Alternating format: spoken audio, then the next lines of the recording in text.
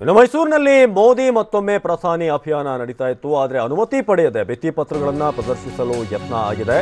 ಭಿತ್ತಿ ಪತ್ರ ಹಿಡಿದು ಚಾಮುಂಡಿ ಬೆಟ್ಟವನ್ನು ಹತ್ತಲು ಯತ್ನವನ್ನ ಮಾಡಿರೋದು.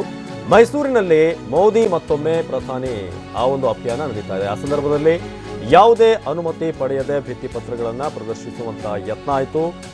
ಅದೇ ರೀತಿಯಾಗಿ ಚಾಮುಂಡಿ ಬೆಟ್ಟವನ್ನು ಕೂಡ ಹತ್ತುವಂತ ಪ್ರಯತ್ನವನ್ನ ಮಾಡಿದ್ರು. ಆದರೆ ಭಿತ್ತಿ ಪತ್ರವನ್ನು ಪ್ರದರ್ಶನ ಮಾಡಬಾರದು ಅಂತ ಹೇಳಿ ಚುನಾವಣಾಧಿಕಾರಿಗಳು ಸೂಚನೆಯನ್ನು ಕೊಟ್ಟರು. ಅಭಿಮಾನಿಗಳು ಚುನಾವಣಾಧಿಕಾರಿಗಳ ಮಧ್ಯೆ ಒಂದಷ್ಟು ವಾಗ್ವಾದ ಆಗುತ್ತೆ. ಇಲ್ಲ, ನಾವು ಬೆಟ್ಟವನ್ನು ಹತ್ತೀವಿ, ಈ ಒಂದು ಭಿತ್ತಿ ಪತ್ರಗಳನ್ನು ಪ್ರದರ್ಶನ ಮಾಡ್ತೀವಿ ಅಂತ ಅಲ್ಲಿ ಮುಂದಾಗ್ತಾರೆ. ಈ ವೇಳೆ ಮಧ್ಯಪ್ರವೇಶ ಮಾಡಿದಂಥ ಬಿಜೆಪಿಯ ಶಾಸಕ ರಾಮದಾಸ್ ಬಳಿಕ ಭಿತ್ತಿ ಪತ್ರವನ್ನು ಬಿಟ್ಟು ಬರಿಗೈಯಲ್ಲಿ ಬೆಟ್ಟ ಹತ್ತಿದ್ರು. ಅಭಿಮಾನಿಗಳನ್ನು ಕನ್ವಿನ್ಸ್ ಮಾಡೋದ್ರಲ್ಲಿ ಅಲ್ಲಿ ಯಶಸ್ವಿ ಆಗ್ತಾರೆ ರಾಮದಾಸ್ ಅವರು. ಈ ರೀತಿಯಾಗಿ ಮೋದಿ ಮತ್ತೊಮ್ಮೆ ಅಭಿಯಾನಕ್ಕೆ ಚುನಾವಣಾಧಿಕಾರಿಗಳಿಂದ ಅಲ್ಲಿ ಅಡ್ಡಿ ಉಂಟಾಗುತ್ತೆ. ಅಂದರೆ ಅವರಲ್ಲಿ ಈ ರೀತಿ ಸಾಧ್ಯ ಇಲ್ಲ, ನೀವು ಪರ್ಮಿಷನ್ನ ಪಡಿಬೇಕಾಗುತ್ತೆ ಅಂತ ತಿಳಿಸ್ತಾರೆ.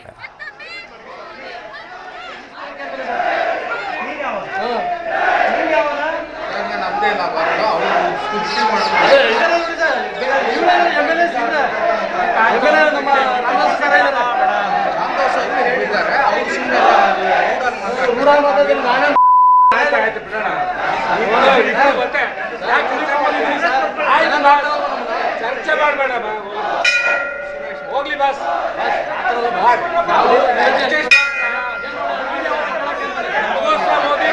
ಮೋದಿ